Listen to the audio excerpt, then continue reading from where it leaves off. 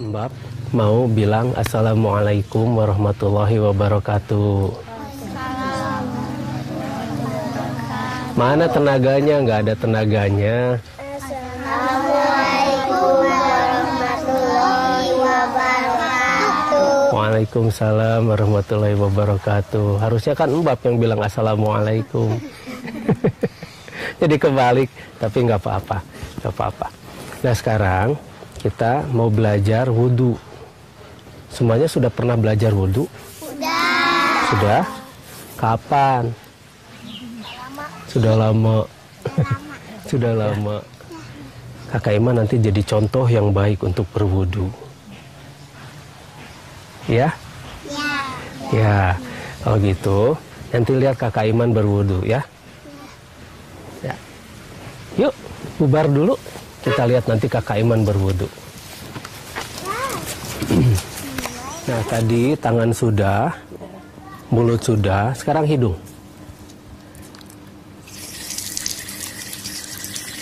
Sekarang hidung.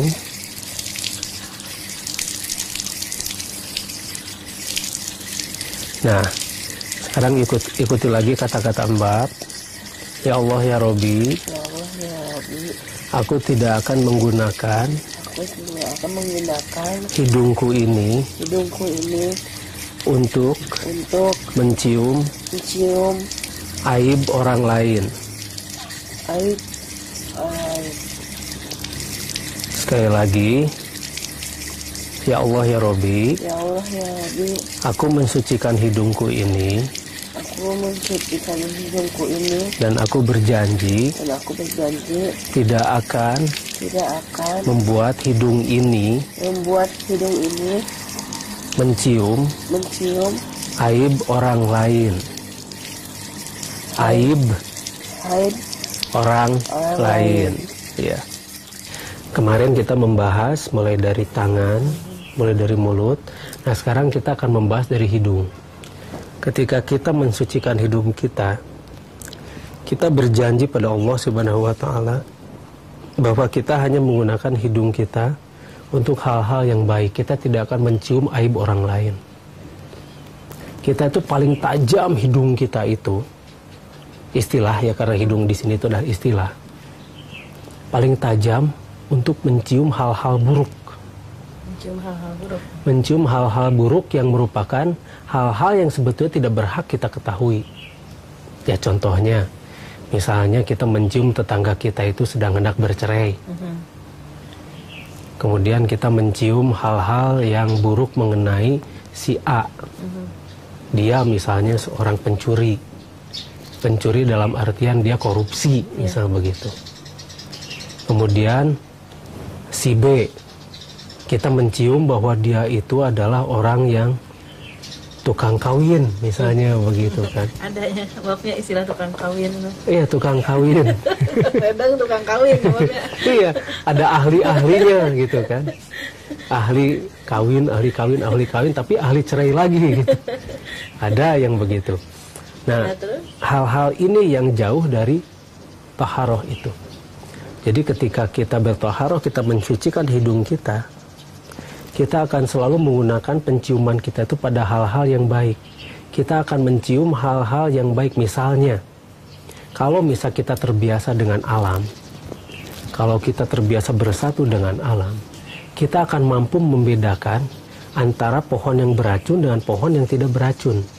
Antara pohon yang mengandung obat dan pohon yang tidak bisa digunakan sebagai obat. Jadi kita bersahabat dengan alam yang baik. Ya, dan kita akan belajar dari alam. Alam akan selalu memberikan sesuatu yang harum pada kita, kecuali bunga bangkai, atau kecuali bakteri yang mengeluarkan H2S, atau hidrosulfida, bau. Tapi bau itu sendiri punya manfaat yang baik bagi tanaman. Jadi menurut kita bau, menurut tanaman belum tentu. Contohnya pupuk kandang, menurut kita bau, tapi subur ke tanaman karena yang dipergunakan adalah bakteri-bakterinya, bakteri yang menghasilkan hara tanah.